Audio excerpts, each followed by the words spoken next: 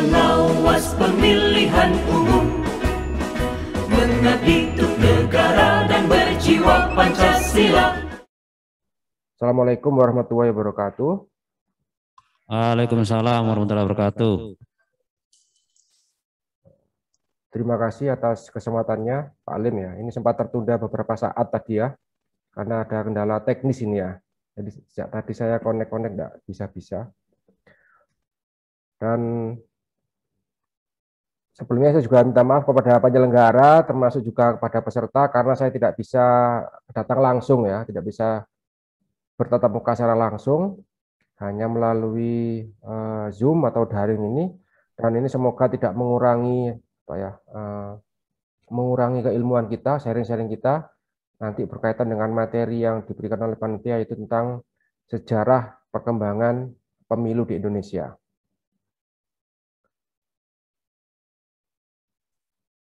Nah, bicara sejarah ya, saya akan share dulu ya, share screen dulu.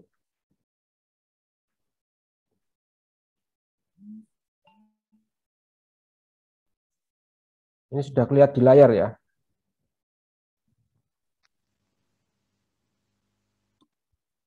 Sudah, Pak Ari. Ya, oke.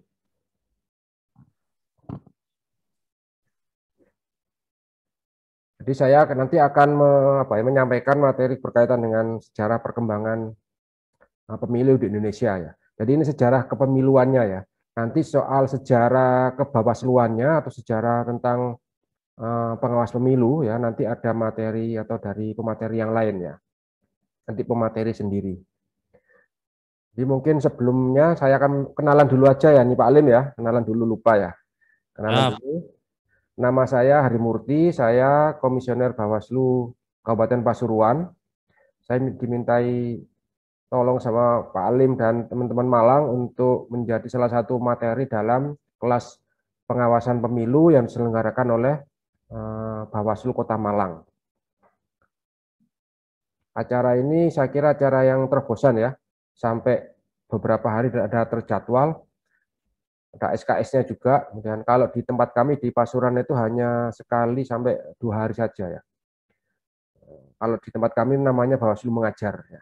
Kalau di Malang namanya kelas pengawasan pemilu.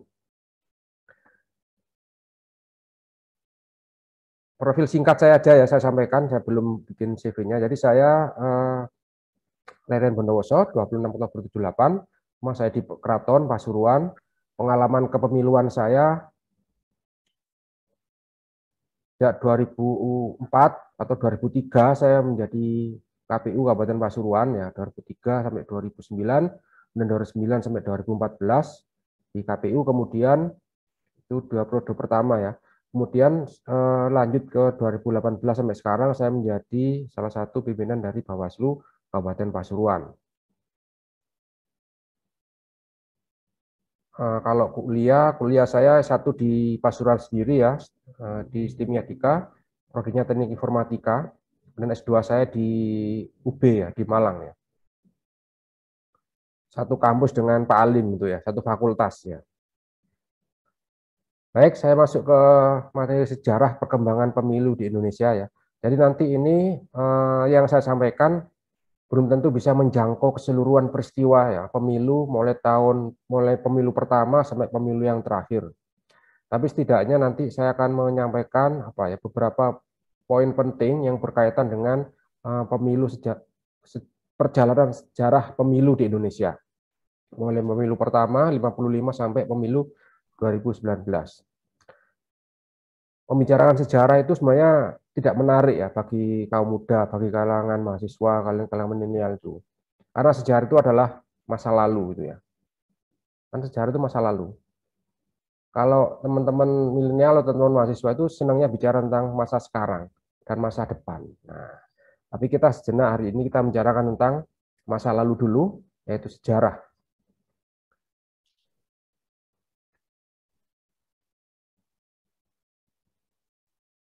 Nah, kita mulai dari pertama ya. Jadi ini materinya agak panjang sebenarnya, tapi nanti kita ulas satu persatu itu ya. Awal kemerdekaan kita belum melaksanakan pemilu ya. Kita tahu Indonesia merdeka tahun 45, Dan sebenarnya tahun 46 itu ada istilahnya itu maklumat ya, maklumat agar negara ini segera melaksanakan proses pemilu. Tapi karena waktu itu kita ketahui sendiri bahwa negara baru merdeka itu masih negara yang kacau balau gitu ya. Belum ada sistem yang tertata, kemudian pemerintahannya juga strukturnya juga belum rapi dan sebagainya, sehingga termasuk juga belum ada perundang-undangan yang mengatur tentang pemilu.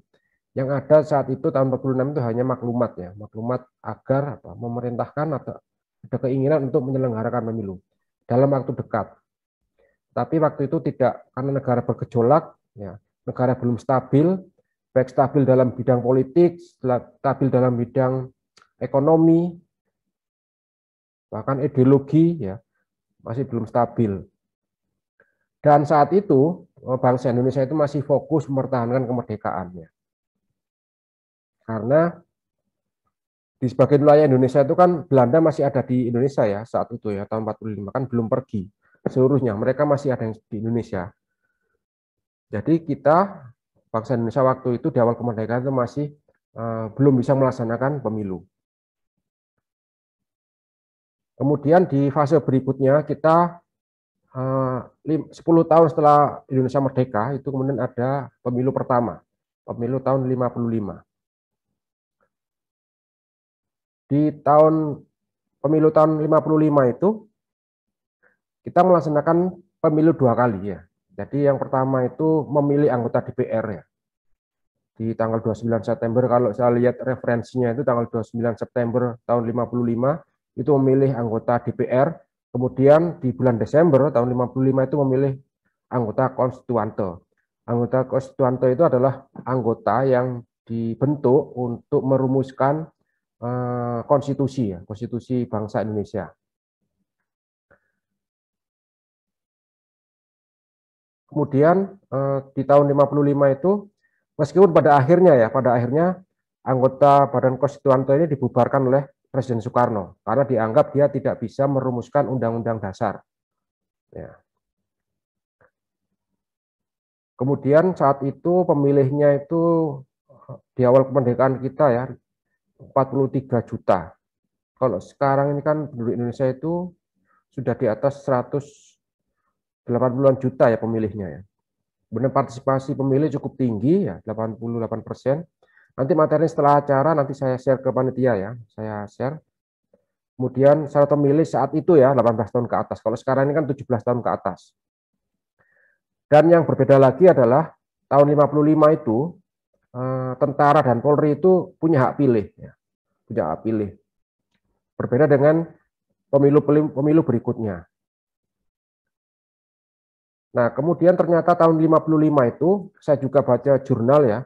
Ternyata karena tentara dan Polri itu punya hak pilih, mereka itu termasuk apa ya? Termasuk sebenarnya kan mereka adalah lembaga negara yang harus menjaga keamanan dan ketertiban negara. Tetapi karena mereka menjadi pemilih, mereka terpolarisasi itu ya, dukung mendukung. Bahkan ada yang mengatakan justru ada sebagian anggota yang tentara dan Polri itu malah milih PKI, Partai Komunis Indonesia, saat itu kan jadi peserta pemilu ya. Kemudian di berikutnya kursinya itu masih 272, kemudian terdapat anggota yang diangkat mewakili golongan. Saat itu golongannya itu golongan berdasarkan apa ya? Waktu itu Presiden Soekarno berdasarkan pada suku ya. Suku-suku besar ya. Kemudian dan saat itu tidak seluruh daerah itu dapat melaksanakan pemilu. Karena saya bilang tadi kita masih awal kemerdekaan, dari struktur pemerintahan itu belum seperti sekarang gitu ya. Jadi ada beberapa kabupaten yang tidak dapat melaksanakan pemilu karena ada hambatan-hambatan. Pertama hambatan geografis, kemudian hambatan administrasi, termasuk juga hambatan keamanan. Termasuk juga hambatan jalur komunikasi. Jadi saat itu belum seperti sekarang ya komunikasinya ya. Nggak ada WA tahun 55 ya. Jadi masih komunikasinya masih terbatas gitu ya. Dan tahun 55 itu menjadi tonggak pertama, menjadi pemilu pertama, pemilu nasional pertama di Indonesia. Nah ini saya cari-cari gambarnya seperti ini ya. Jadi gambarnya seperti ini. itu sudah ada kotak suara juga kalau kita lihat itu ya. Kemudian ada surat suara itu ada beberapa gambar partai, termasuk juga ada apa itu banner-banner itu ya. Kalau sekarang banner itu ya. Kalau sekarang itu namanya alat peraga kampanye. Nah, itu adalah gambar-gambar yang saya dapat. Ya. Sebenarnya saya lihat dari lamannya KPU.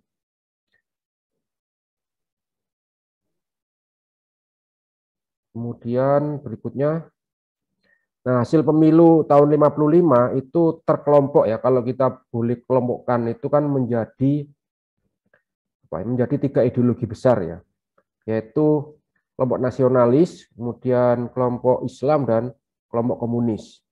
Nah, berdasarkan pada hasil pemilu 55 inilah sebenarnya makanya Soekarno itu, Presiden Soekarno saat itu, kalau kita baca sejarah, bukan hanya sejarah pemilu ya, sejarah perjuangan bangsa Indonesia itu kan Soekarno pernah menyampaikan tentang ide dan gagasan tentang Nasakom ya.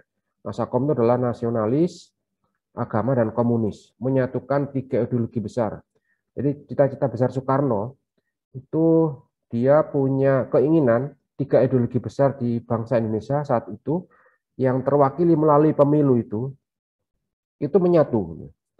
Nasionalis, kemudian agama, dan komunis. Ya. Agama dalam ini diwakili oleh Partai Masyumi, Partai NU, PSII, dan sebagainya itu ya. Nah, komunis itu adalah PKI. Kalau yang nasionalis itu ada PNI, kemudian ada IPKI, dan lain-lain sebagainya. Nah, tentu kelompok Islam saat itu tidak mau ya, karena nggak mungkin Islam disatukan dengan komunis. Begitu juga dengan komunis, komunis nggak mau gabung dengan Islam, karena itu memang ideologi yang sangat bertentangan. Kemudian di berikutnya, kita saat itu ya, di tahun 55 itu masih mengalami demokrasi terpimpin ya. Demokrasi terpimpin. Nah, kemudian dari hasil pemilu 55 itu kan, selain memilih anggota DPR, juga memilih anggota konstituante. Nah, anggota konstituante itu adalah bertugas untuk merumuskan undang-undang konstitusi negara ya, undang-undang dasar, pengganti undang-undang 45. Tapi ternyata bagi Presiden Soekarno saat itu ternyata yang gagal, sehingga Presiden Soekarno mengeluarkan dekret, ya, dekret Presiden 5 Juli 59. Salah satunya adalah membubarkan Badan Konstituante. Kemudian di tahun itu juga menetapkan Undang-Undang Dasar 45 ya, yang murni ya, bukan seperti sekarang ini kan amandemen sampai ke-4 ya. Undang-Undang Dasar 45 itu sebagai dasar negara. Kemudian Presiden demokrasi terpimpin saat itu ya menyatakan bahwa hasil pemilu itu dibubarkan atau tidak diakui sudah. Jadi DPR Konstituante diganti menjadi DPR GR ya. DPR GR itu adalah Dewan Perwakilan Rakyat Gotong Royong. Dan saat itu memang di masa demokrasi terpimpin kita itu masa demokrasinya jatuh bangun ya. Jadi memang pada saat itu posisi Presiden Soekarno itu sangat kuat, kemudian mengganti atau melakukan perombakan kabinet. Jadi kalau kita mengenal istilah trias politika itu kan ada eksekutif, legislatif, dan yudikatif, itu semua disatukan oleh Presiden Soekarno ya. Jadi ketua DPR yang itu notabene itu adalah legislatif itu diangkat pembantu presiden menjadi pejabat setingkat menteri. Gitu ya. Kemudian juga MA yang yudikatif itu yang harusnya dia sebagai pilar ya, pilar tersendiri, kemudian diangkat menjadi pembantu presiden dan diangkat sebagai menteri. Kalau kita mengenal istilah trias politika bisa berkaitan dengan hal itu. Kemudian karena hasil pemilu dibubarkan oleh Presiden Soekarno itu kemudian membentuk MPRS ya. MPRS itu tahun 63 dan Presiden saat itu menyatakan dia sebagai presiden seumur hidup. Jadi demokrasi terpimpin. Jadi terpusat kepemimpinan terpusat pada Soekarno. Dan dia menyatakan dirinya sebagai presiden seumur hidup. Tetapi kemudian perjalanannya berikutnya sampai tahun 66 ya. Karena setelah peristiwa itu ya, setelah peristiwa G30S itu tahun 66 MPRS itu menolak pidato presiden pada sidang umum. Kalau nggak salah itu istilahnya itu nawaksara ya. Jadi saat itu ditolak pidato presiden dan akhirnya presiden jatuh ya, ganti. Dan masa demokrasi terpimpin itu politiknya rapuh ya, sangat rapuh, sangat bergejolak, kemudian krisis terjadi juga krisis politik ya. Jadi masih kacau balau lah bangsa ini. Kemudian di masa berikutnya kita masuk ke fase pemilu di masa Orde Baru. Nah, setelah pergantian rezim ini, setelah pergantian orde, jadi orde sebelumnya pada saat Presiden Soekarno itu disebut dengan Orde Lama, kemudian ada pergantian, diganti menjadi Orde Baru. Jadi ada dua tujuan utama ya ketika pemilu dilaksanakan pada Orde Baru. Setelah tahun 55 itu tidak ada di zaman Orde Lama, tidak ada pemilu lagi. Ya. Harusnya kalau itu adalah periodik itu kan setiap 5 tahunan ya. Harusnya kan tahun 55 harus tahun 60 ada pemilu ya. Tapi tidak ada pemilu karena memang masanya demokrasi terpimpin. Kemudian Orde Lama berganti menjadi Orde Baru. Di Orde Baru itu kemudian kita ada tujuan-tujuan kita melaksanakan pemilu. Orde Baru ingin membuktikan kepada periode sebelumnya bahwa di masa itu mampu untuk melaksanakan pemilu. Karena dianggap Orde Lama itu bergejolak terus gitu ya negara ini. Ada pemberontakan kecil di berbagai daerah sehingga negara ini masih belum stabil. Kemudian di tujuan berikutnya di Orde Baru itu adalah bagaimana juga dipikirkan bagaimana agar membangun kekuatan politik yang dan sebagai fondasi yang kuat gitu ya. Karena Orde Baru belajar dari pengalaman Orde sebelumnya yang negaranya kacau balau gitu ya. Mengutamakan politik tetapi politiknya sangat dinamis, sangat bergejolak. Perdana Menteri satu juga ada Perdana Menteri ya, Perdana Menteri juga sering-sering berganti. Ya. Kemudian juga Wakil Presiden kan juga mundur, Muhammad Hatta juga sempat mundur kan. Jadi kalau kita baca sejarah kan seperti itu. Kemudian berikutnya pemilu di Orde Baru, kita bicara desain dulu ya. Kalau melihat di konstitusi tahun 45 itu memang tidak mengatur secara eksplisit tentang pemilu ya.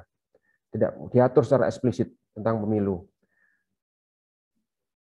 Karena tidak diatur secara jelas pemilu itu, maka diterbitkanlah TAP MPR ya tentang pemilihan umum.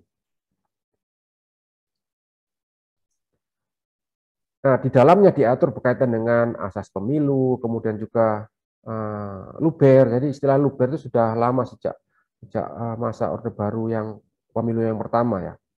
Dan ditargetkan saat itu pemilunya adalah tahun 71 ya.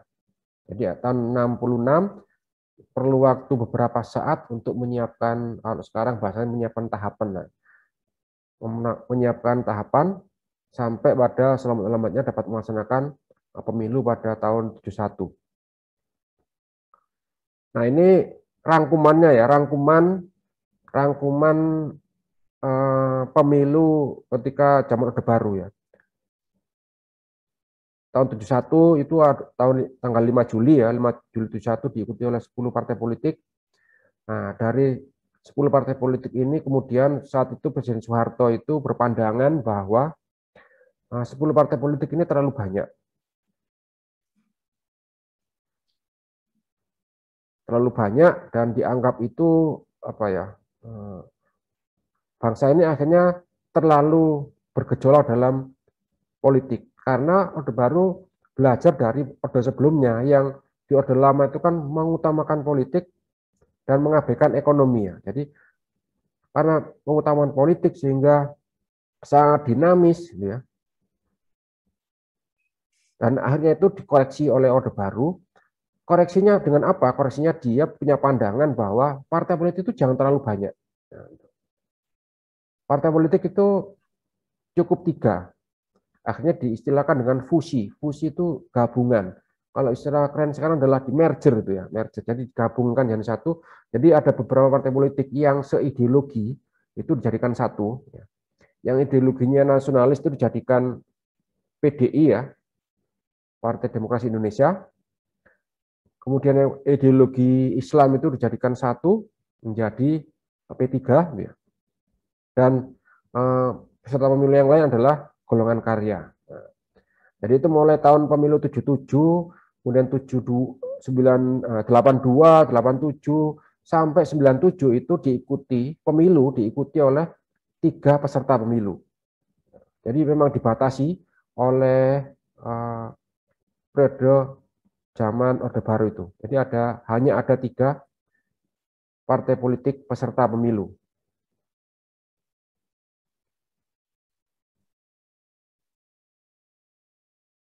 Nah, ketika pemilu Orde Baru itu penyelenggaranya itu adalah pemerintah ya, pemerintah, bukan seperti sekarang ya. Jadi saat itu penyelenggaranya itu adalah pemerintah. Jadi pemerintah tentu melalui ada lembaga yang menangani sendiri memang, namanya itu LPU. LPU itu adalah Lembaga Pemilihan Umum. Nah, LPU ini, Lembaga Pemilihan Umum ini, itu yang menjadi ketua itu adalah Mendagri, Menteri Dalam Negeri. Jadi langsung itu ex officio. Jadi Mendagri itu sekaligus ketua LPU, Lembaga Pemilihan Umum. Dan anggota LPU itu terdiri dari Menteri Dalam Negeri, Panglima ABRI, kemudian sejumlah menteri. Jadi ketika Orde Baru itu penyelenggaranya itu adalah negara atau pemerintah, berbeda dengan yang sekarang. Kemudian yang berikutnya ini ya, ketika Orde Baru itu pemilihnya itu kalau yang 55 itu adalah usianya 18 tahun, kalau yang sekarang ini adalah pemilihnya itu 17 tahun atau sudah kawin ya. Kemudian ada larangan eksplisit ya ketika pemilu Orde Baru itu larangan eksplisit itu adalah anggota PKI dan keluarganya itu ya. Saya pernah baca referensinya itu di keluarganya itu SPK itu dilarang. Jadi dia kehilangan hak pilihnya lah. Kehilangan hak pilihnya karena dianggap punya dosa politik mungkin istilahnya ya, dosa politik pada masa lalu, yaitu Partai Komunis Indonesia sebagai partai yang dilarang. Kemudian sebagai koreksi dari orde sebelumnya, anggota ABRI ya, saat itu istilahnya ABRI ya, ABRI itu TNI dan Polri, anggota ABRI untuk menghindari faksi-faksi di kalangan tentara dan polisi, maka anggota ABRI itu tidak boleh memilih.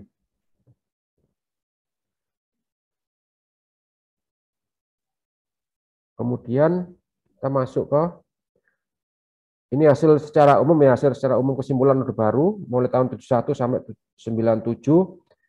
Jadi persentasenya sangat tinggi ya. Rata-rata 90% ke atas ya. Tetapi ketika pemilu di masa Orde Baru itu ada yang mengatakan adalah pemilu yang tidak demokratis gitu ya. Jadi masih ada yang adanya tekanan dari pemerintah karena memang penyelenggaranya adalah pemerintah ya. Penyelenggaranya adalah negara. Bahkan ada yang mengatakan pemilu belum dimulai itu sudah diketahui hasilnya. Nah, itu. Jadi salah satu variabel pemilu itu bisa berkualitas atau tidak itu salah satunya diukur dari tidak bisa diprediksi siapa yang akan menang, siapa yang akan terpilih, itu akan salah satu indikator berkualitas, sehingga orang penasaran.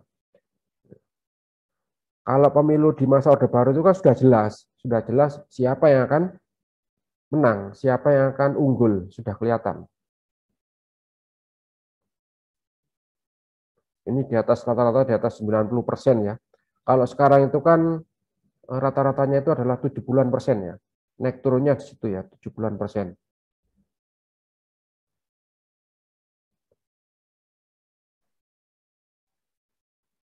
Kemudian ini hasil pemilu ya, Orde Baru mulai tahun 1 sampai 97, itu ada persentasenya, itu ada 3 peserta pemilu ya, ada P3, ada Golkar dan PDI, hasilnya itu angkanya nanti bisa dibaca sendiri. Jadi secara umum pemenangnya itu adalah Golkar ya, rata-rata di atas 60%.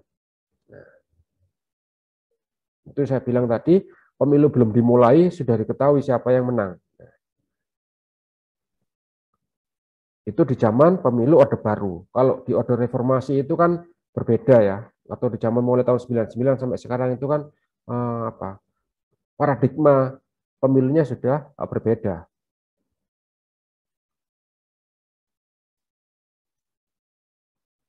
Nah, hasil dari evaluasi dari pemilu Orde Baru itu adalah bahwa yang pertama evaluasinya itu adalah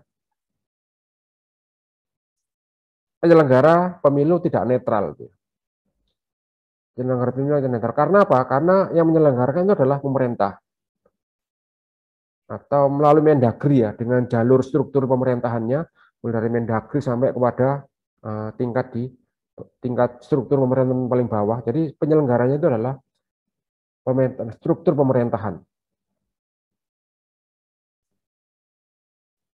Kemudian evaluasi yang berikutnya itu anggota DPR yang duduk di kursi DPR itu banyak yang bukan dari daerah pemilihannya. Jadi misalnya gini, misalnya ini Malang Raya ini ya, ini teman-teman kan kuliah di Malang ya, Malang Raya. Yang jadi anggota DPR itu bukan orang Malang, gitu ya. Bukan orang Malang, tapi mungkin orang Jakarta atau orang mana, gitu. Biasanya orang di pusat kekuasaannya.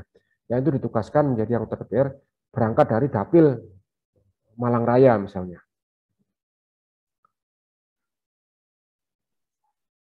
Atau kalau di tingkat DPRD kabupaten kota itu bukan berasal dari kecamatannya masing-masing. Meskipun itu tidak ada masalah ketika itu bukan sesuai domisili, tidak ada masalah. Tapi secara umum kalau hasil pemilu setelah Orde Reformasi itu rata-rata anggota DPR-nya atau DPRD-nya itu berasal dari daerah pemilihannya. Karena dia lebih dikenal oleh rakyatnya di daerah pemilihannya sendiri. Kemudian evaluasi yang ketiga ini ya. Ini saya lihat dari Perludem ya. Jadi setiap calon anggota DPR atau DPRD itu mengalami fase litsus ya. Litsus itu adalah penelitian khusus. Litsus ini tidak hanya ketika akan menjadi anggota DPR atau DPRD, bahkan dulu konon katanya ya, saya baca juga dan termasuk juga cerita-cerita dari kakek nenek saya saat itu. Jadi kalau orang melamar kerja itu ada namanya fase litsus. Fase litsus itu penelitian khusus. Penelitian khusus itu nanti ditelusuri ya, ditelusuri jalur ke atasnya, jalur ini bapaknya siapa, nah, itu ya. Bapaknya itu namanya siapa, ibunya namanya siapa. Kemudian apakah bapak atau ibunya ini ada kaitannya dengan PKI. Ya. Kalau ini tidak ada, dinaikkan lagi, misalnya kakek atau neneknya. Apakah jalurnya ini ada yang keturunan PKI. Jadi di masa itu ingin benar-benar membersihkan dari anak turun PKI. Makanya istilahnya litsus. Jadi tidak hanya ketika DPR dan DPRD, tapi juga ketika saat itu akan melakukan atau melamar kerja itu juga ada. Kalau melamar kerja itu ada wawancara, tes tulis gitu kan. Kalau sekarang itu ya tes psikologi. Nah saat zaman Orde Baru itu ada tambahan lagi, bahasanya itu adalah litsus.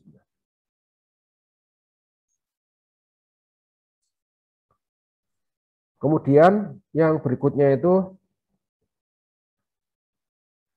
yang keempat ini ya, pernah muncul sebagai unsur tambahan yang menjembatani antara wakil dan pemilih. Jadi saat itu ada proporsionalnya itu melalui tidak murni lah ya gitu ya. Jadi ada yang menghubungkannya.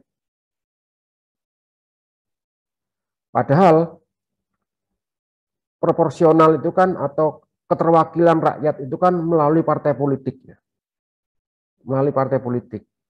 Sementara di sini itu langsung ke pemerintah. Kemudian yang kelima ini bagi wakil rakyat yang kritis gitu ya, kritis itu akan bahasanya saat itu di recall. Kalau sekarang di PAW itu namanya. Atau ditarik jadi. Jadi penarikan anggota. Jadi misalnya si A itu kritis banget terhadap pemerintah, terhadap presiden, kepada gubernur atau mungkin bupati wali kotanya, kemudian itu di recall. Di recall itu ditarik atau di PAW kalau sekarang. Dipecat menjadi DPR atau DPRD. Itu ketika masa pemilu di Orde Baru. Makanya kemudian di DPR atau DPRD ketika masa Orde Baru itu kan sangat jarang yang kritis, karena dia takut. Kemudian berikutnya ini ada, kemudian masuk ke fase Orde Reformasi ya. Kita mulai dari pemilu 99. Pemilu 99 ini adalah pemilu pertama ketika masa reformasi. Karena ini adalah pemilu pertama masa reformasi, maka itu terjadi euforia yang sangat ramai, hiruk pikuknya dalam berpolitik ya. Anggap saja misalnya begini, jadi masa mulai ketika pemilu Orde Baru ya. Jadi partai politik itu kan dibungkam itu ya, dibungkam, disuruh diem, yang kritis akan di-recall dan sebagainya. Itu kan dia mengalami stagnan ya. Kemudian ketika pemilu 99 itu dibuka. Nah, dibuka, maka ketika hambatan itu dibuka, maka itu terjadi euforia yang sangat mendalam. Ditandai dengan apa? Banyaknya partai politik. Banyaknya masyarakat yang mendirikan partai politik baru di luar 3 partai politik yang sudah ada sebelumnya. Jadi kalau pemilu Orde Baru itu kan hanya diikuti oleh 3 partai politik ya. Kemudian ketika di pemilu 99 ini ketika dibuka, keran reformasi itu dibuka, maka sangat banyak kelompok yang mendirikan partai politik. 48 kalau 48 peserta pemilu, partai politik peserta pemilu tahun 99. Termasuk saat itu karena pemilu 99 itu pertama yang pemilu yang dianggap demokratis, saat itu juga banyak pemantau. Pemantau itu adalah lembaga yang melakukan pemantauan dalam proses pemilu. Pemantauannya itu juga banyak lembaga-lembaga yang didirikan oleh civil society. Ada yang dalam negeri, ada juga yang luar negeri, ada yang juga luar negeri itu membiayai lembaga pemantau pemilu yang ada di dalam negeri dan sebagainya. Dan pemilu 99 itu saya sudah terlibat ya saat itu ya. Jadi pemilu 99 saat itu saya masih mahasiswa, mungkin sama seperti kalian ini ya. Sama seperti kalian ini, seusia kalian lah. Jadi pemilu 99 itu saya menjadi salah satu pemantau pemilu ya. Pemantau pemilu di tempat saya di Pasuruan. Saat itu hiruk pikuk ya, jadi kampanye, akrakan, konvoy itu kan. Kampanye akbar, rapat akbar itu sangat banyak di mana-mana. Karena euforia, karena sebelumnya itu dikungkung ya, dikungkung ketika pemilu di Orde Baru. Nah saat itu Presiden RI saat itu adalah Presiden B.J. Habibie itu mengajukan paket undang-undang politik ya. Undang-undang 2, 3, dan 4 yang isinya adalah berkaitan dengan termasuk pendirian partai politik, kemudian juga berkaitan dengan undang-undang pemilu. Ya.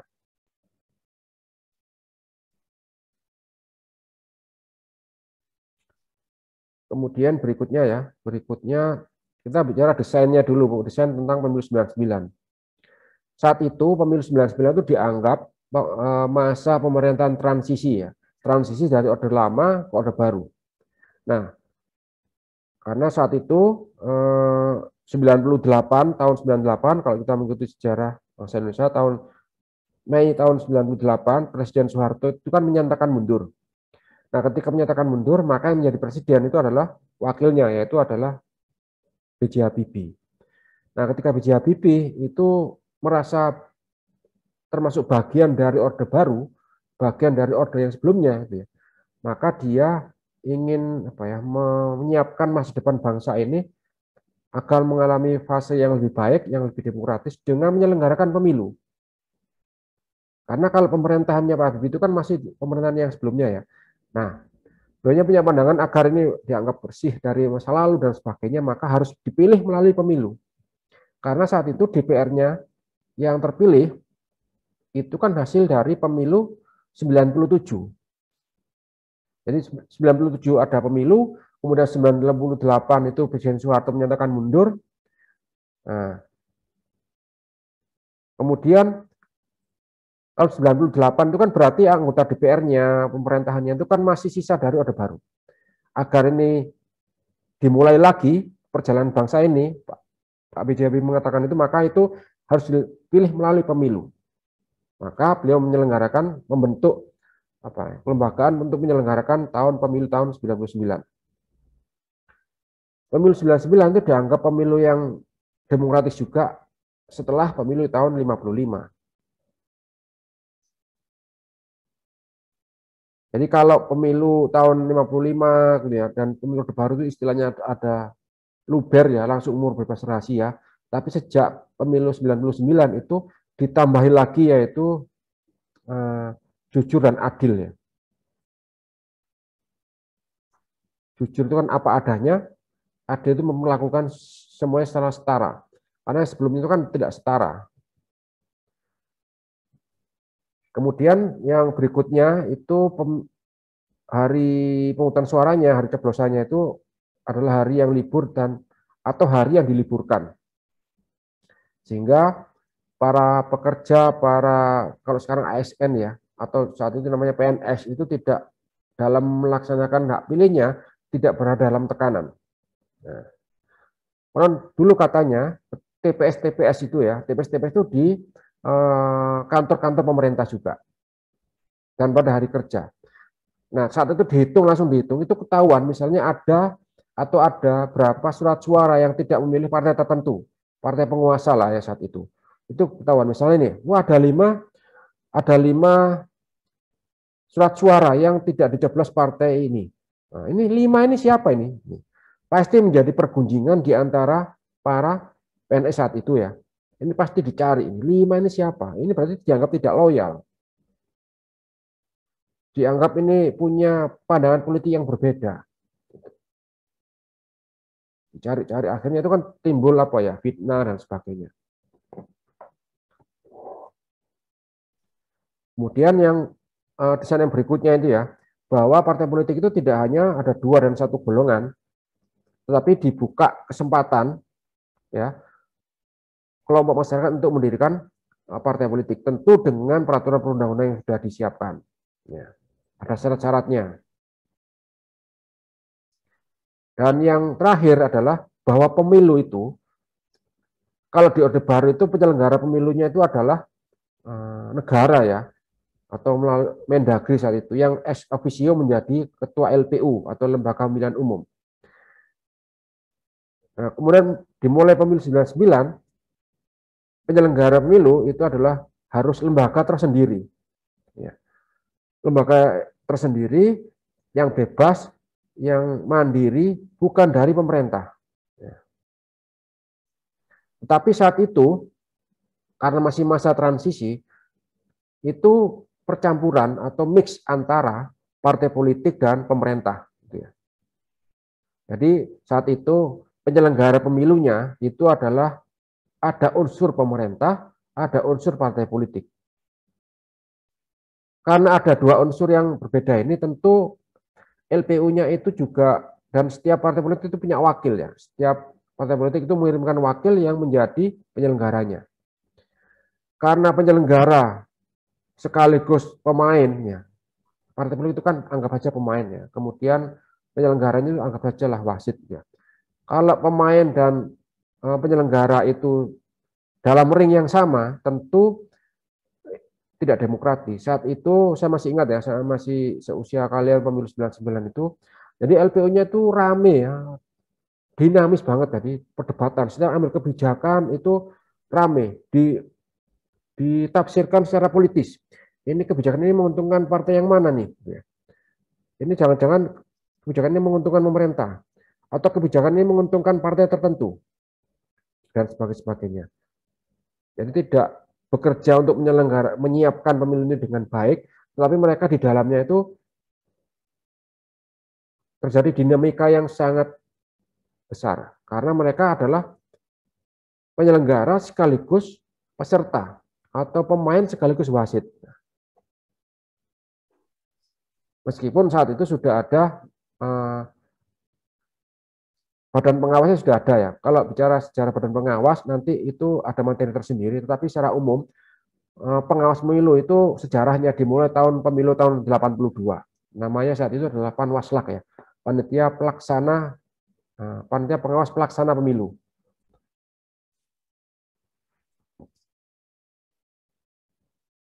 Kemudian pemilu 99 ini penyelenggaranya ya. Penyelenggaranya itu adalah KPU. Saat itu ada wakil pemerintah, juga ada masing-masing wakil dari masing-masing partai politik. Ada 48 partai politik dan 27 parpol diantaranya tidak mendapatkan kursi di DPR. Karena saya bilang tadi penyelenggara sekaligus pemain, partai politik sekaligus bergabung dengan pemerintah, maka terjadi friksi ya. Friksi, kemudian anggota KPU-nya juga terlalu banyak karena semua partai politik punya wakil di KPU-nya. Sehingga sangat besar gemuk gitu ya.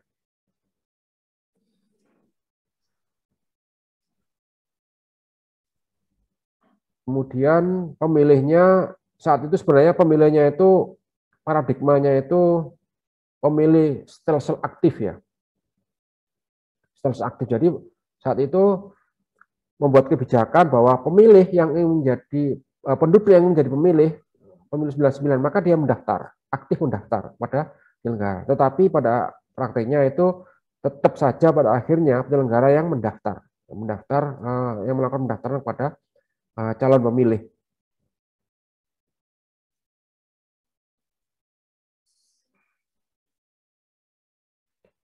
Dan ini hasil kecil ya.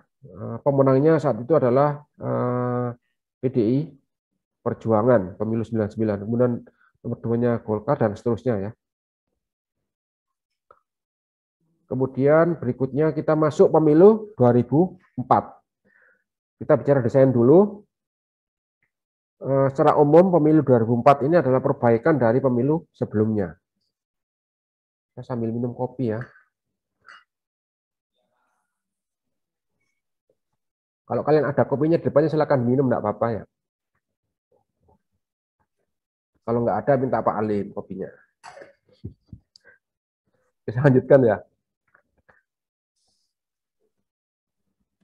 Jadi desain pemilu 2004 ini dianggap perbaikan ya, dianggap melakukan perbaikan terhadap pemilu sebelumnya. Nah, mulai pemilu 2004 kita memulai lembaga penyelenggara pemilu itu yang bebas dan mandiri dan lembaga yang tersendiri. Yaitu namanya KPU, Komisi Pemilihan Umum. Kalau pemilu 99 namanya juga KPU ya, Komisi Pemilihan Umum. Tetapi anggotanya itu adalah unsur dari pemerintah dan unsur dari partai politik. Tetapi untuk pemilu 2004 itu adalah murni penyelenggara pemilu yang badan tersendiri, bebas, anggotanya juga bukan anggota dari pemerintah, unsur pemerintah juga bukan dari anggota partai politik. Itu melalui proses seleksi ya. Di pemilu 2004 itu kita mengalami 3 kali pemilu. Pemilu legislatif itu 5 April 2004. Kemudian pemilu presiden putaran pertama itu 5 Juli 2004. Kemudian pemilu presiden putaran kedua itu 20 September 2004. Jadi saat itu kita juga memulai babak baru juga, yaitu presiden dipilih secara langsung. Jadi kalau sebelumnya presiden itu dipilih oleh MPR ya, di Orde Baru itu presiden dipilih oleh MPR. Kemudian mulai tahun 2004 ya, presiden itu dipilih langsung oleh rakyat.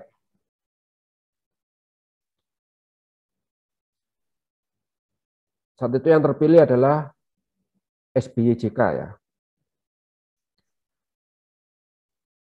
Nah, kemudian pelaksanaan pemilu 2004 itu sudah saya bilang tadi ada lembaga tersendiri yang menangani, yang menjadi penyelenggara pemilu. tidak lagi diisi oleh unsur dari pemerintah maupun unsur dari partai politik. Tentang mekanisme pendaftaran pemilih itu dilakukan dengan penyelenggara mendatangi pada pemilih, kemudian partai politiknya menyusut. Ya, kalau pemilu 99, partai politiknya itu ada 48, kalau pemilu 2004, partai politiknya itu ada 24. Dan untuk calon presiden itu ada 5 pasangan calon presiden dan wakil presiden. Dari 24 partai politik itu, 17 partai politik yang mendapatkan kursi di parlemen. Hasilnya itu, kalau presiden hasilnya adalah SBJK ya, di putaran kedua. Hasilnya ini, di atas 60% ya. Kemudian kita masuk ke pemilu 2009. Secara umum pemilu 2009 itu hampir sama dengan pemilu 2004 ya. Landasannya sama, hanya tahun 2009 ini sudah menggunakan undang-undang baru, yaitu Undang-Undang 22 tahun 2007 tentang penyelenggara pemilihan umum ya. Ada juga undang-undang berkaitan dengan anggota pemilu, undang-undang tentang pemilu, termasuk berkaitan dengan undang-undang pemilihan presiden. Kita pemilu 2009 itu ada 2 kali pemilu ya. 9 April 2009 itu adalah pemilu legislatif, pemilihan anggota DPR, DPD, kemudian DPRD provinsi dan DPRD kabupaten kota. Kemudian yang 8 Juli 2009 itu adalah pemilu presiden.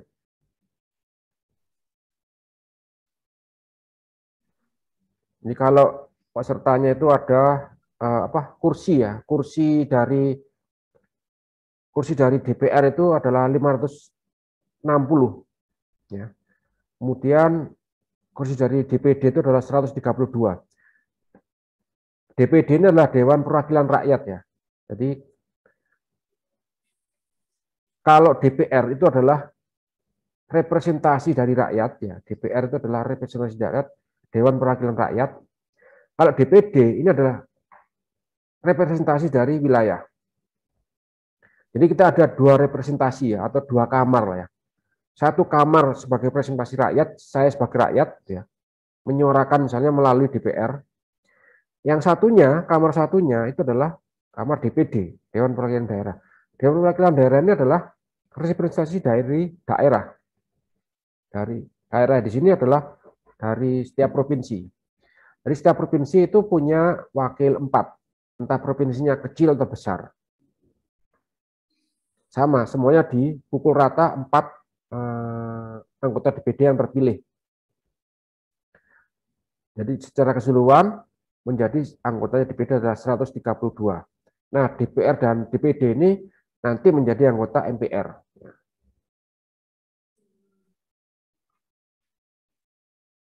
Kemudian partai politiknya itu ada 38 partai politik. Jadi naik lagi ya. Pemilu 99 itu ada 48 partai politik, kemudian pemilu 2004 itu ada 24 partai politik, pemilu 2009 itu ada 38 partai politik. Ini hasilnya, hasil pemilu 99. Pemenangnya adalah Partai Demokrat 26%, kemudian Partai Golkar, PDIP, dan seterusnya. Ini hasil pemilu 2009 ya. Ada 3 peserta pemilu presiden wakil presiden. Ya.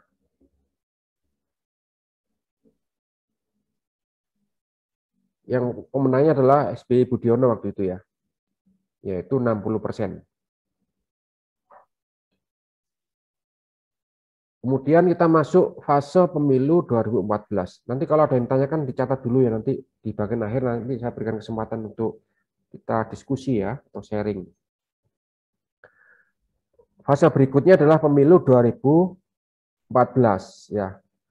Secara umum kita sama dengan pemilu yang sebelumnya, kita menggunakan undang-undang yang sama gitu ya.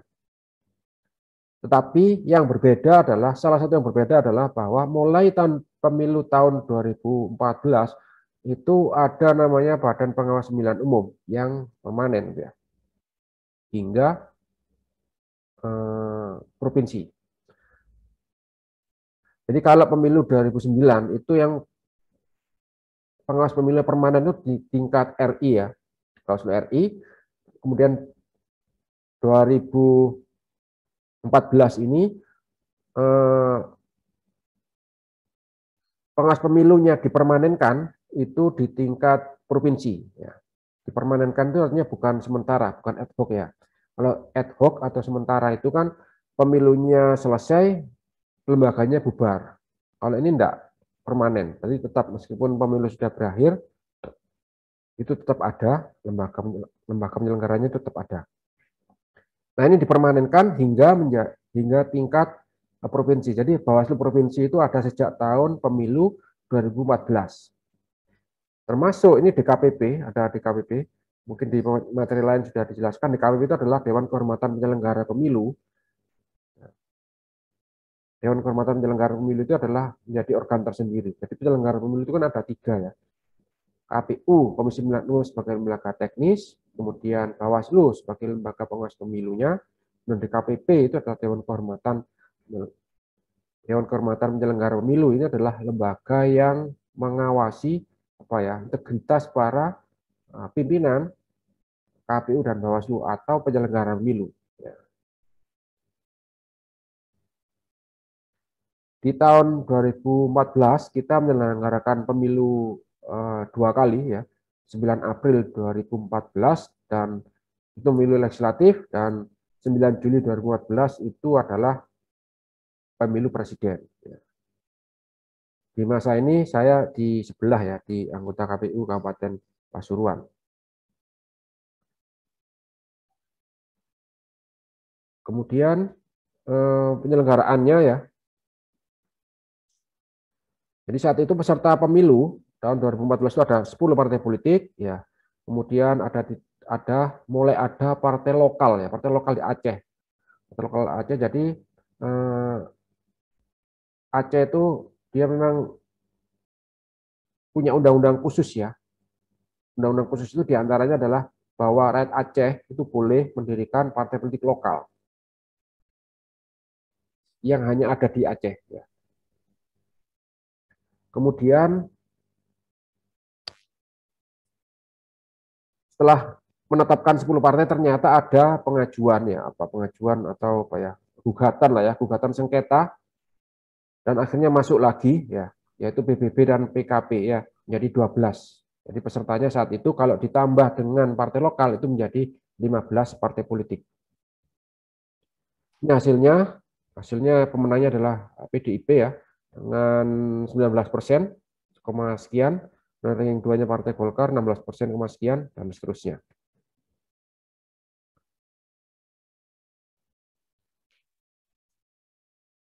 Ini hasilnya pemilu 2014 kemarin ya.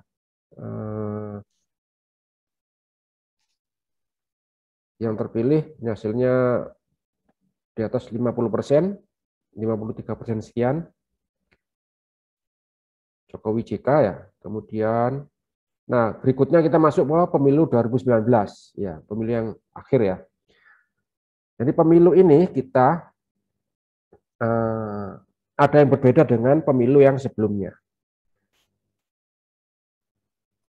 Pemilu sebelumnya tadi saya sebutkan mulai dari 2004, 2009, 2014 ya. Itu pemilu legislatif dan pemilu presiden itu kan sendiri-sendiri. Bahkan di pemilu 2004 itu sampai ada putaran kedua. Pemilu presiden putaran kedua. Nah, pada pemilu 2019 ini itu ada putusan MK. Putusan MK yang menyatakan, ini sudah dibacakan tahun 2014 ya. Jadi saat itu ada yang mengajukan gugatan. Kalau nggak salah Effendi Ghazali ini ya. Yang mengajukan gugatan untuk menyatukan pemilu. Jadi pemilu legislatif, ya pemilu legislatif sendiri, pemilu presiden sendiri, ini diajukan judicial review, JR ya, judicial review ke MK, agar dua pemilu ini antara pemilu presiden dan pemilu legislatif itu dijadikan satu aja. Dianggapnya itu pemborosan uang negara, pemborosan waktu, hiruk pikuk dan sebagainya. Kalau diringkas atau dijadikan satu itu dianggap lebih sederhana. Pada saat itu diputuskan memang untuk dilakukan pemilu serentak, tapi tidak dilaksanakan pada pemilu 2014. Jadi meskipun Januari itu ya, kalau kita baca putusannya, itu pada Januari 2014, itu kan masih ada waktu, tapi 3 bulan menjelang pemilu, tidak mungkin, tidak nutut. Padahal coblosannya adalah 9 April 2014. Ini gugatan prosesnya sudah sebelumnya, tapi putusannya itu dibacakan pada tanggal 23 Januari, yang menyatakan putusannya adalah pemilu legislatif dan pemilu presiden dilaksanakan secara serentak. Tapi tidak dalam waktu pemilu tahun 2014, pada pemilu berikutnya. Nah, pemilu berikutnya itu kapan? Ya, pemilu 2019. Makanya kemudian pemilu 2019 itu antara pemilu legislatif dan pemilu presiden dijadikan satu waktu yang sama. Sehingga itu ada 5 kotak. Kalau sebelumnya itu hanya 4 kotak, ya, DPR, DPD, DPR provinsi, DPR kabupaten kota. Tapi yang sejak pemilu 2019 itu menjadi 5 kotak. DPR, DPD, DPR provinsi, DPR kabupaten kota, dan presiden. Jadi ada 5 kotak. Karena 5 kotak, akhirnya dampaknya tidak sesederhana yang dibayangkan ya. Tidak hanya sekedar menyatukan 2 pemilu menjadi satu waktu yang sama, tapi dampaknya adalah misalnya jadi penghitungannya yang lebih lama, itu ya, kelelahan KPPS dan faktor-faktor lainnya. Kalau kita lihat pemilu yang kemarin 2019 itu banyak yang juga yang jadi korban karena memang kelelahannya, tingkat kelelahannya tinggi. Menghitung satu demi satu, ya, surat suara, coblosannya di gambar partai politiknya dan di nama itu emang rumit, tidak sederhana ya. Ada 300 pemilih, itu hitung satu demi satu itu kan. Kemudian di pemilu 2019 ini juga ada undang-undang baru yaitu Undang-Undang 7 2017 tentang pemilu. Undang-undang tentang pemilu ini menyatukan undang-undang sebelumnya. Undang-undang tentang penyelenggara pemilu, undang-undang tentang partai politik, dan undang-undang tentang pemilu presiden kalau nggak salah. Jadi menyatukan beberapa undang-undang menjadi satu undang-undang, yaitu Undang-Undang 7 tahun 2017 tentang pemilu. Pemilu 2019 dilaksanakan pada 17 April 2019 yang lalu. Dan itu menjadi pemilu terakhir sebelum sekarang ini ya. Kemudian berikutnya ini hasil penyelenggaranya itu pemilu 2019, kalau tahun pemilu 2014 itu lembaga pengawas pemilunya permanennya hingga tingkat provinsi. Kalau pemilu 2019 itu lembaga pengawas pemilu yang permanen itu sudah sampai pada pengawas pemilu tingkat kabupaten kota, Bawaslu kabupaten kota, Bawaslu Kabupaten Pasuruan, Bawaslu Kabupaten Malang, itu ya, seperti itu. Kemudian pengisian anggota penyelenggara pemilu nanti menjadi tanggung jawabnya pucuk pimpinan KPU RI dan Bawaslu RI. Nah, selain itu juga pemilu 2019 ini ada metode konversi yang berbeda. Nah, konversi yang berbeda itu konversi suara menjadi kursi. Kalau pemilu 2004 sampai pemilu 2014 itu menggunakan metode HPP ya, hitungan pembagi pemilih, BPP bilang pembagi pemilih. Nah, kalau yang ini menggunakan Sainte-Laguë. Saya pernah menulis ini tentang ini, tetapi sebenarnya dua metode ini kalau dipraktekkan itu tingkat keterpilihannya itu sama sebenarnya. Ini hanya berbeda metode. Kemudian kursinya DPR ditambah menjadi 575 yang sebelumnya 560 ya. Kemudian PT presiden threshold menjadi 4%. Ini naik yang sebelumnya itu hanya kalau nggak salah 2,5%, sekarang menjadi 4%.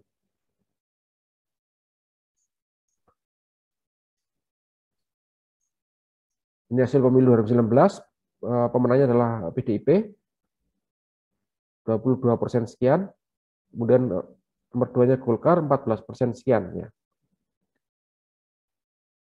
Nah, ini gambarnya, jadi hirup pikuk. Jadi kalau kalian mengikuti pemilu 2019, yang lebih rame itu adalah pemilu presidennya dibandingkan dengan pemilu legislatif. Jadi apalagi ini pesertanya hanya 2 peserta pemilu, A atau B. Gitu ya. Jadi berhadapan, rame terus. Sehingga pemilu legislatif itu tenggelam. Isu-isu lokal itu juga tenggelam. Kalah dengan hiruk pikuknya isu-isu nasional, isu-isu pemilihan presiden, visi misi presiden, dan sebagainya. Jadi isu-isu lokal misalnya di Malang nih, di Malang misalnya jalan Suhat macet. Nah, itu bagaimana solusinya? Itu tidak akan muncul, tenggelam oleh isu-isu nasional, isu-isu pemilu presiden. Itu salah satu dampak ketika pemilu presiden dan pemilu legislatif itu disatukan. Jadi pemilu yang berkaitan dengan lokal itu akan tenggelam oleh isu-isu yang tingkat yang lebih besar. Ini gambarnya di bawah ini ya, ada 3 ketua lembaga penyelenggara, yang tengah ini Pak Arief Budiman, ketua KPU saat itu ya, ketua KPU RI, yang sebelah kanan ini adalah Pak Afgan, ketua Bawaslu RI, yang sebelahnya ini lagi ini Pak Haryono, ini adalah ketua DKPP, yang sebelah sini yang baju putih adalah calon peserta pemilu yang itu ya, Joko Widodo, dan di sini adalah Pak Prabowo ya, peserta pemilu juga. Tidak ada 2 peserta pemilu. Hasilnya kita ketahui yang jadi presiden dan wakil presiden adalah yang sekarang memimpin Indonesia ya, presiden dan wakil presiden Jokowi Amin Ma'ruf. Kemudian yang berikutnya, apa kemudian kaitannya kita bicara setelah saya sampaikan mulai dari perjalanan sejarah bangsa ini tentang pemilu, mulai pemilu 55 sampai pemilu 2019, itu ada hal-hal yang mendasar ya, yang harus kita pahami. Yang pertama adalah ketika pemilu 55 itu memilih DPR dan Badan Konstituante. DPR itu wakil rakyat, Konstituante itu bertugas untuk menyiapkan konstitusi negara. Kemudian ketika masa Orde Baru, pemilu 71 sampai 97, itu anggota DPR yang dipilih itu tidak seluruhnya, tapi hanya 2/3. Jadi misalnya anggota DPR-nya itu 50 kursi, itu bukan 50 kursi yang dipilih oleh rakyat melalui partai politik saat itu ya, tapi itu hanya 2/3. Lalu sepertiganya itu siapa, Pak? Sepertiganya itu adalah yang ditunjuk. Saat itu ada namanya fraksi atau utusan dari ABRI. Jadi saat itu ABRI itu tidak bisa lepas dari, ya mungkin ini bagian dari kompensasi atau apa, saya belum pernah menemukan referensinya. Jadi karena ABRI tidak punya hak pilih, kemudian ABRI itu punya kursi gitu loh. Jadi punya kursi di legislatif, DPR maupun DPRD. Jadi ABRI itu mengirimkan wakilnya, mengutus wakilnya menjadi anggota DPR, yang ditugaskan menjadi anggota DPR dan menjadi anggota DPRD, provinsi maupun DPRD kabupaten kota. Itu sepertiga jadi anggotanya. Jadi ada fraksi ABRI dulu ada namanya, fraksi ABRI. Kemudian yang pemilu mulai pemilu 99 sampai sekarang yang kemarin terakhir itu pemilu 2019, itu seluruh anggotanya itu dipilih ya.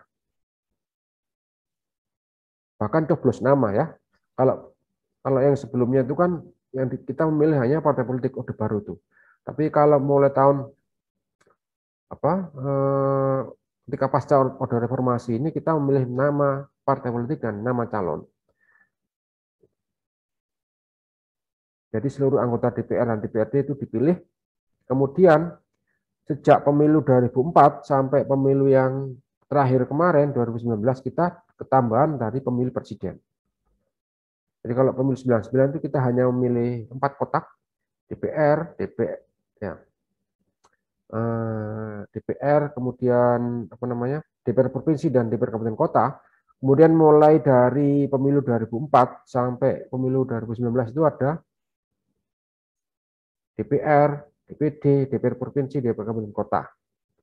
Tetapi 2004 sampai 2014 itu ada 2 kali pemilu, tapi mulai tahun 2019 itu disatukan pemilunya, ya. Jadi ada 5 kota.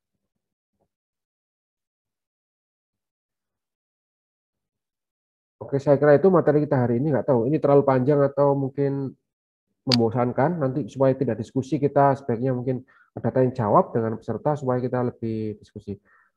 Materi yang saya sampaikan itu referensi dari, saya ambil sumber-sumber dari KPU, dari dokumen-dokumen KPU, dokumen dari Bawaslu, termasuk Perludem dan Wikipedia. Oke, terima kasih dari saya. Bersama rakyat awasi pemilu, bersama Bawaslu tegakkan keadilan pemilu. Terima kasih Pak Harimurti. Sebelum Pak Harimurti menyelesaikan materi ini, ada yang mau tanya. Iya. Apa bingung? Sejarah itu, sejarah kepemiluan dan pengawasan. Ada yang mau tanyakan?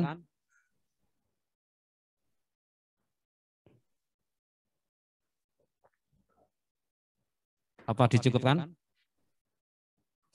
Bingung. Iki mang ngrungokno ta turu? Ngantuk apa ini Pak Alim ya? Ada ngantuk Monggo. Assalamualaikum warahmatullahi wabarakatuh. Oh ya, waalaikumsalam warahmatullahi wabarakatuh. Saya bertanya Pak mengenai sejarah pemilu yang pertama dilaksanakan kan pada tahun 1955.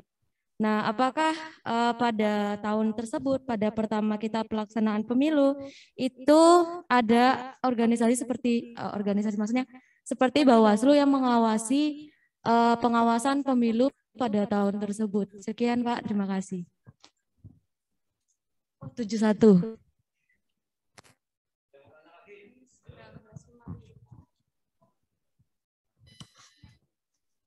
Ada lagi? Ada lagi, ini kan? Nanti materinya dibagi Pak Ari ya? Ya, nanti saya kirim ke lewat Pak Alim ya. Oke, siap. Yuk, perbedaan pemilu biyen bisa iki ya apa-apa. Ini ada postesnya enggak itu Pak Alim itu Pak Alim? Oh, nanti ada predas baru. Iya, nanti kan bisa ketahuan nih materinya saya yang sampaikan itu masuk apa enggak gitu ya. Ya. Jamnya jam ngantuk aja nih. Jawab dulu Pak Ari sambil Jawab dulu ya. Oke, dari Mbak siapa tadi belum menyebutkan namanya tadi ya?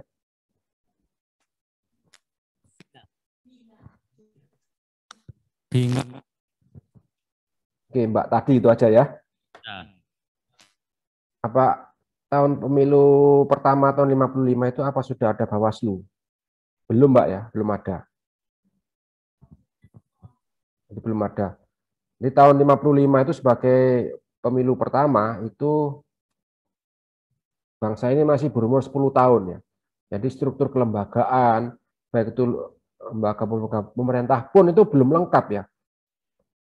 Struktur pemerintahan kabupaten itu bahkan juga belum lengkap. Bahkan saya tadi sampaikan ada beberapa daerah itu yang tidak melaksanakan pemilu karena memang nggak ada komunikasinya, nggak bisa komunikasi ya. Nggak bisa komunikasi, juga ada hambatan administrasi pemerintahan dan sebagainya. Jadi kita saat itu pemilu 55 itu belum ada pengawas pemilu. Ya. Pengawas pemilu itu dimulai tahun 82, Panwaslak ya. Dan ini nanti kalau saya lihat di jadwal materi itu ada nanti ada materi tersendiri ya. Sejarah pengawas pemilu itu nanti ada materi sendiri. Tapi saya ngulik sedikit aja ya. Jadi sedikit aja bahwa pengawas pemilu itu kan mulai ada apa embrionya ya. Embrionya itu mulai ada tahun 82. Kenapa munculnya lembaga pengawas pemilu? Karena dianggap di pemilu-pemilu sebelumnya itu adalah pemilu yang kurang demokratis. Saya bilang tadi pemilu belum dimulai itu sudah diketahui hasilnya, misalnya gitu. Kemudian adanya banyak pelanggaran-pelanggaran, tapi tidak ada lembaga yang menangani. Nah, kemudian saat itu, tapi sejarahnya itu ada Panwaslak. Panwaslak itu masih menjadi bagian dari penyelenggara pemilu. Saat itu menjadi lembaga apa ya, semacam apa namanya, sub ya. Subnya dari saat itu adalah LPU ya, Lembaga Pemilihan Umum. Tapi semakin ke sini lembaga pengawas pemilu itu semakin diperkuat ya. Indikatornya apa? Indikatornya tahun 2019 ya, itu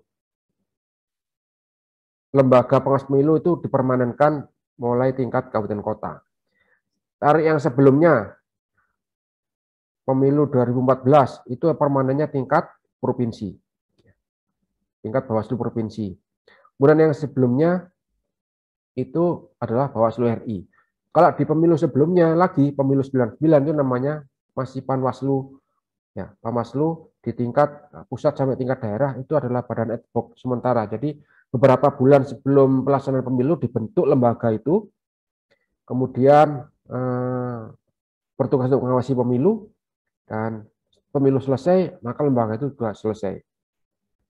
Kongres pemilu sebelumnya itu ada unsur-unsur ya. Jadi ada fase, kita memang mengalami fase itu ya. Ada unsur-unsur, ada unsur pers, ada unsur tokoh masyarakat, ada unsur perguruan tinggi. Ya. Tetapi sekarang personil dari pengawas pemilu itu sudah personil yang independen, yang tidak mewakili unsur. Ya. Jadi semua bebas selama dia memenuhi syarat. Tidak ada lagi unsur keterwakilan pers, keterwakilan perguruan tinggi, ataupun keterwakilan. Bahkan dulu pernah saya ketika pemilu berapa ya? Pemilu 2004 itu ada namanya, ada dari kejaksaan, unsur kejaksaan, ada unsur polisi juga ada. Ya gitu. Jadi pemilu 55 belum ada, Mbak. Saya kira itu, mungkin ada pertanyaan lain? Pak Sailin. Terima kasih Pak Harimurti. Iya, Pak. Saya dari Unikama, nama saya Sailin, Pak. Selama saya mengikuti pemilihan umum yang ada di Indonesia ini, saya melihat banyaknya kerawanan atau kecurangan yang memang sengaja didiamkan atau tidak dilaporkan itu banyak sekali. Apa selama ini Bawaslu tidak merekomendasikan untuk pemilihan yang bentuk lain? Jadi dari kajian-kajian yang ada di kalangan tingkat bawah, kabupaten, kecamatan, kabupaten, kota itu terpikirkan untuk e-voting, katakanlah semacam itu, electronic voting yang nantinya bisa menggantikan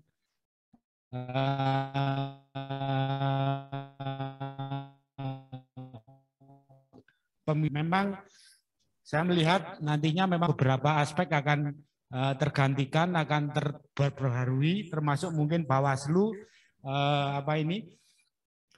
dari segi SDM-nya akan, IT-nya ditingkatkan apa gimana, KPU-nya seperti apa, terus nanti DPT-nya itu seperti apa, yang mengarah ke electronic voting yang mungkin nantinya akan jadi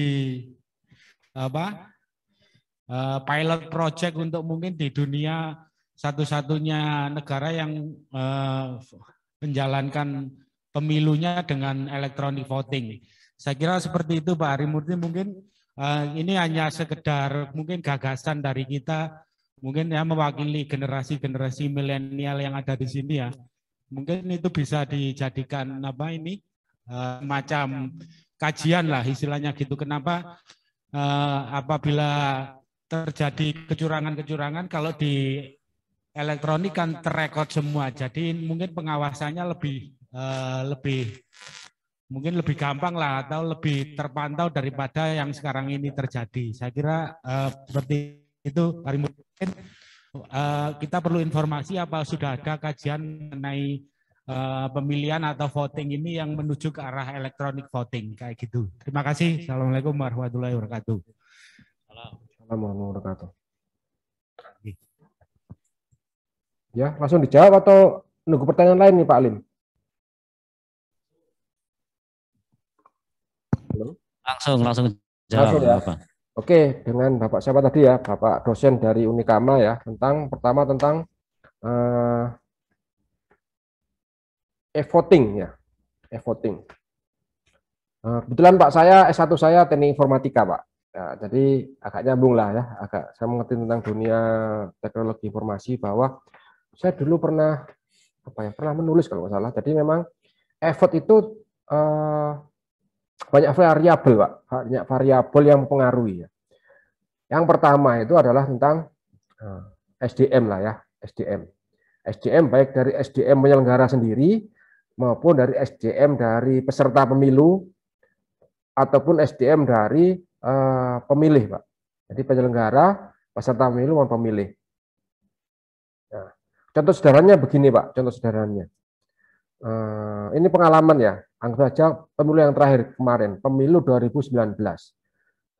Kita Pak menginstruksikan, ini bukan buka aib, tapi ini kita diskusi ya, sharing kita. Dan ini berdasarkan pada studi kasus yang memang terjadi. Jajaran kami Pak, jajaran kami pengawas TPS namanya ya, jajaran kami pengawas TPS itu di tingkat pengawas yang paling bawah, pengawas langsung di lokasi TPS. Kita instruksikan untuk memfoto hasil dari C-Plano. C-Plano itu yang besar, yang ditempelkan, yang hasil penghitungan murni itu. Tempelkan. Itu difoto ya, kemudian dikirim. Kita ada aplikasinya saat itu ya, aplikasinya dikirim. Menurut kita itu kan sederhana Pak ya. Difoto ya, kayak gini ya, misalnya difoto gini, jebret, dipaskan, kemudian hasilnya dikirim. Kita kirimkan melalui aplikasi tertentu, sudah kita siapkan.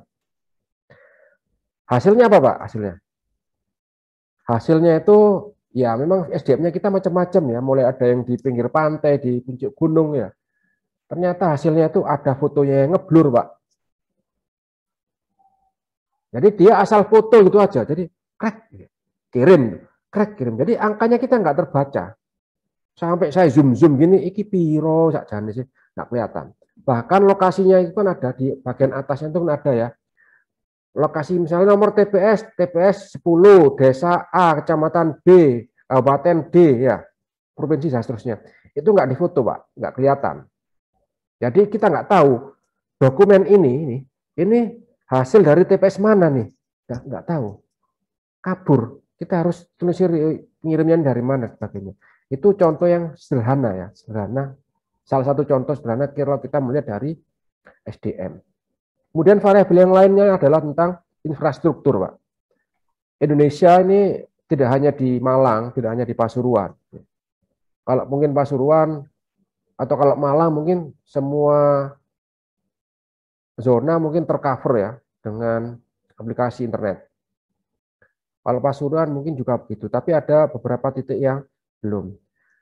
Kalau saya kemarin di pemilu atau pilkada 2020 itu kan sering mengikuti webinar-webinar ya. Nah, karena kita kan WFH ya. Jadi sering mengikuti webinar dan kita sama Pasuruan sama Malang bukan penyelenggara pilkada tahun 2020 memang. Tetapi di situ Bawaslu, saya lihat dari reportnya, itu mulai mengumpulkan tentang statistik atau daerah-daerah yang tercover oleh internet. Ternyata masih banyak kok kecamatan, tingkat kecamatan ya, tingkat ibu kota kecamatan yang tidak terjangkau oleh infrastruktur internet. Jadi kalau ngirim data melalui internet dia harus ke titik tertentu. Apalagi dilihat sampai desa, itu bahkan ada yang tidak ada, blank spot ya. Tidak ada internetnya. Itu dari infrastruktur, dari SDM, dari infrastruktur. Kemudian yang ketiga, Pak, faktor yang ketiga, kalau voting itu adalah tentang trust, Pak, kepercayaan.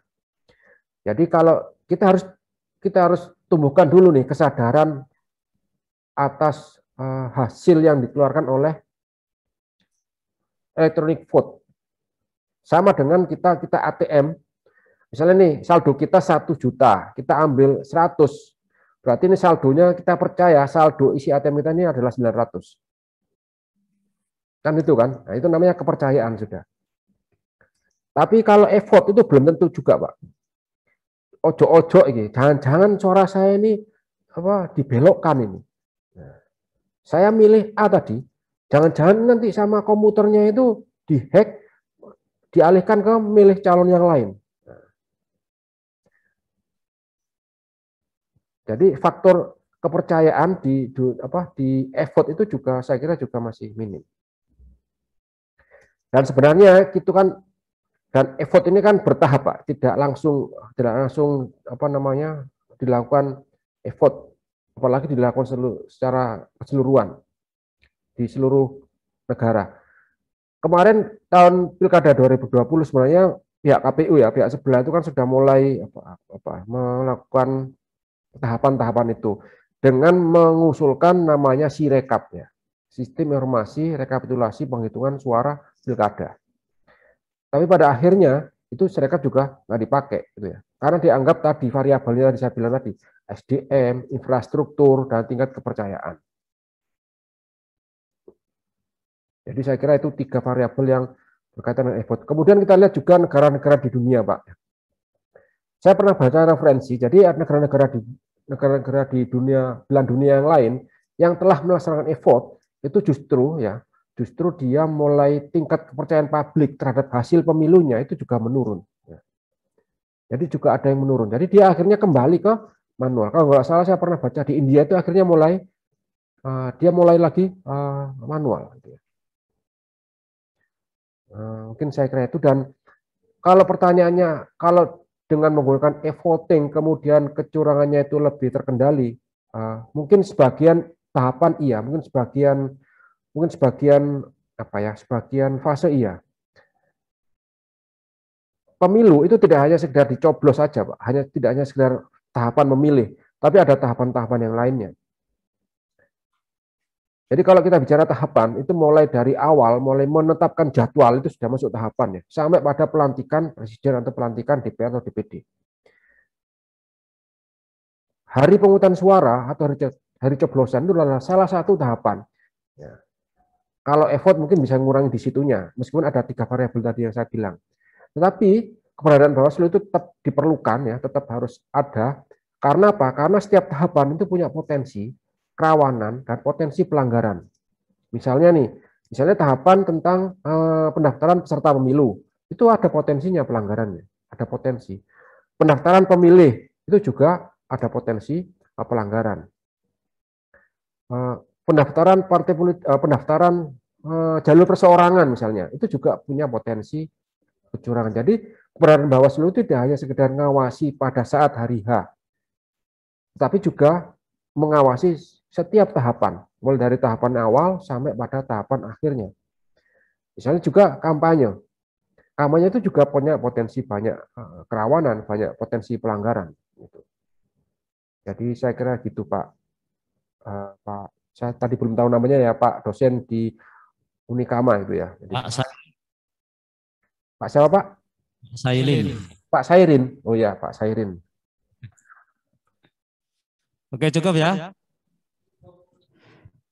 Cukup Pak Hari, terima kasih atas waktu dan ilmunya hari ini yang ditularkan kepada mahasiswa Fakultas Hukum Universitas Kanjuruhan. Semoga ini menjadi pemantik untuk mereka tertarik menekuni bidang kepengawasan pemilu. Ya. Nah, itu jadi akan langsung disambung ke sesi kedua karena Bu Titin sudah hadir di sebelah situ ya. Rekan Pak. Nah, sama-sama Pasuruan. Iya, sama-sama Pasuruan. Satunya daring, satunya tetap muka langsung ya. Oke, makasih Pak Ari. Terima kasih Pak Alim ya. Terima kasih. Sampai ketemu di waktu-waktu berikutnya. Ya, matur nuwun. Ya, nuwun. Terima kasih ya. Assalamualaikum warahmatullahi wabarakatuh. Waalaikumsalam warahmatullahi wabarakatuh. Bertugas untuk mengawal demokrasi bangsa Indonesia.